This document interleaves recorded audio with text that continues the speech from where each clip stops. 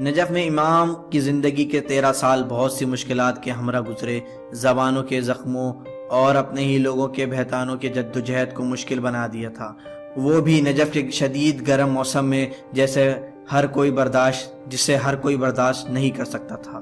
Najaf کا حوزہ سنتی طریقے سے چلنے والا حوزہ تھا کہ جسے ذرہ برابر بھی اجتماعی مسائل میں دلچسپی نہیں تھی، اور یہاں تک کہ جو لوگ اجتماعی مسائل میں دلچسپی لیتے تھے حوزہ ان کو اس کام سے روکتا تھا۔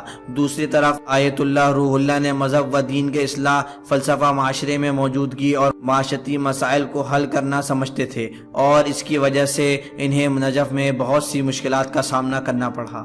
نجف کے بند ماحول میں اخبار پڑھنا بھی عیب تھا، لیکن بغیر کسی کو معلوم ہوئے آقا روح اللہ اخبار بھی پڑھتے تھے اور ریڈیو بھی سنتے تھے۔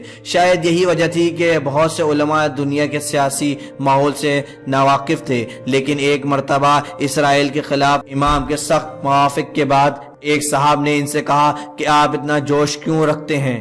اگر عراق بھی قبضہ کر لے تو اسے عہدے سے کوئی سروکار نہیں ہوگا۔ انہوں نے آیت اللہ کے خلاف ایسا ماحول بنا کر رکھا ہے کہ ان کے ہر عمل کو بدترین طریقے سے تعبیر کیا جاتا ہے۔ اگر وہ عراق میں بعثی حکومت کی مخالفت کرتے تو وہ کہتے ہیں کہ یہ حوزہ نجف کو تباہ کرنا چاہتا ہے۔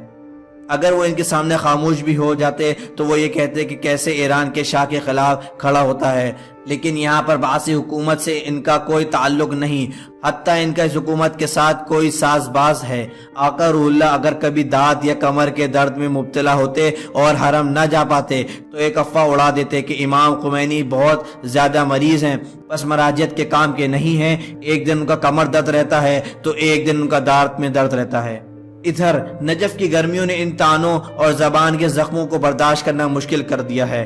آقا روح اللہ اور ان کی اہلیہ گرمیوں کی راتوں میں سونے کے لیے چھت پر جاتے تھے، اور دراصل یہ گرمی سے بچنے کا ایک طریقہ تھا، لیکن سورج دن کے وقت تقریباً 60 ڈگری سینٹی گریڈ پر تپتا تھا، رات کو چھت سے گرمی ابل رہی ہوتی تھی، اس لیے ان کا ہر وہ حصہ جو زمین پر ہوتا تھا وہ گرمی سے جل رہا تھا۔ انہیں چھت کے لیے ایک بستر خریدنا چاہیے تھا، گھر اور دفتر کے لیے ایک ٹھنڈک کا ایک مضبوط انتظام ہونا چاہیے تھا۔ گرمیوں میں انہیں نجف سے کوفہ جانا چاہیے تھا، یہ نجف کے علماء میں بہت مقبول تھا، لیکن امام خمینی رحمۃ اللہ علیہ اسے قبول نہیں کرتے تھے۔ آپ کے ارد گرد کے لوگ اصرار کرتے ہیں تو آپ کہتے ہیں کہ یہاں عیش و عشرت سے زندگی گزارنے اور ایرانی نوجوان شدت سے ہلاک ہوں۔